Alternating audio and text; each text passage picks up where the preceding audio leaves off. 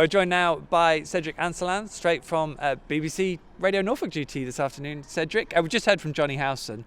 How good was he this afternoon? Well, obviously, he's been picked up man of the match today. I think he was the engine of the team. He just drives the team as he always do. I think you know what we get from him week in, week out. Obviously, he didn't play last week because he had an injury.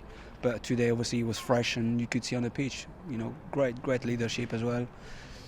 Great first strike for the first goal.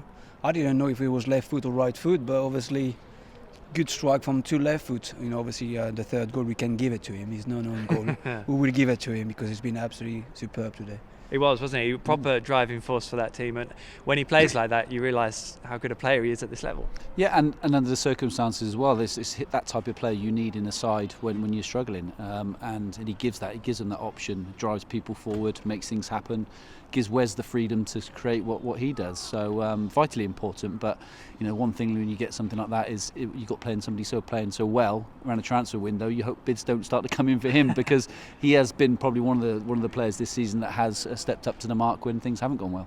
And we've had a lot of talk about selling. You mentioned the transfer window. It was an interesting line I thought from Alec Neil today. Now they've sold Martin Olsen. Norwich can pick and choose who they sell and what business they do in this window, as if that maybe hadn't been the case now, which at least is helpful, I suppose, going forwards. Well, I think they just make a bid for that Sporting Lisbon left back. I don't know nothing about him. I don't know if you do, but obviously they need to replace Olsen. I think he's been a good player for us, but you know, if Norwich can do business and they done a business, and obviously he wanted to play in Premier League, let him go. But I think Norwich need to have a replacement for him, and they seem to have found someone. It's balancing the side out, isn't it? Yeah. You know, as much as people say, you know, you want good quality players in your side, you need to have those left footers in there. You need that balance, and to lose someone like Olsen, you need to replace him. And looking likely, probably Brady will go. Yeah. That's two left footers gone out your side straight away. So you've got to balance that up.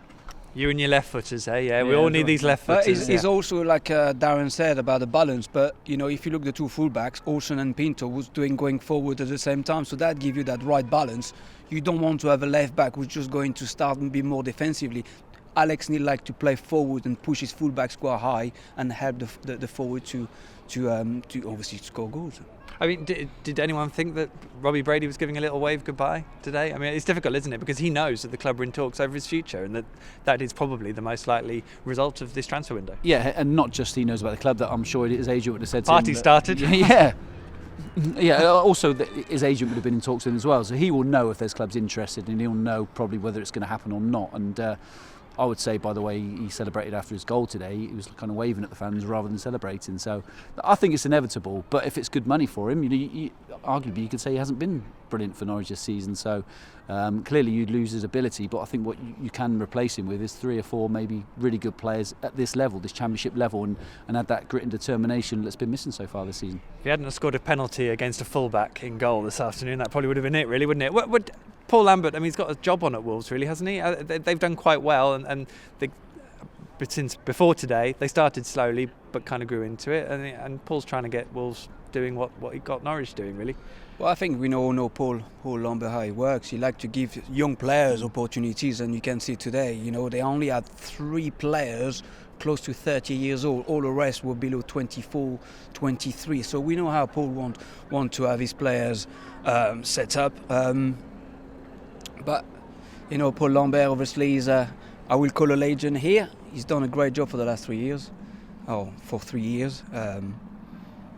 You know, he pushed on and trying to win the games very quickly, and catch him back today. Yeah, and he'll be raiding those lower leagues again. He knows what made him successful when he was here.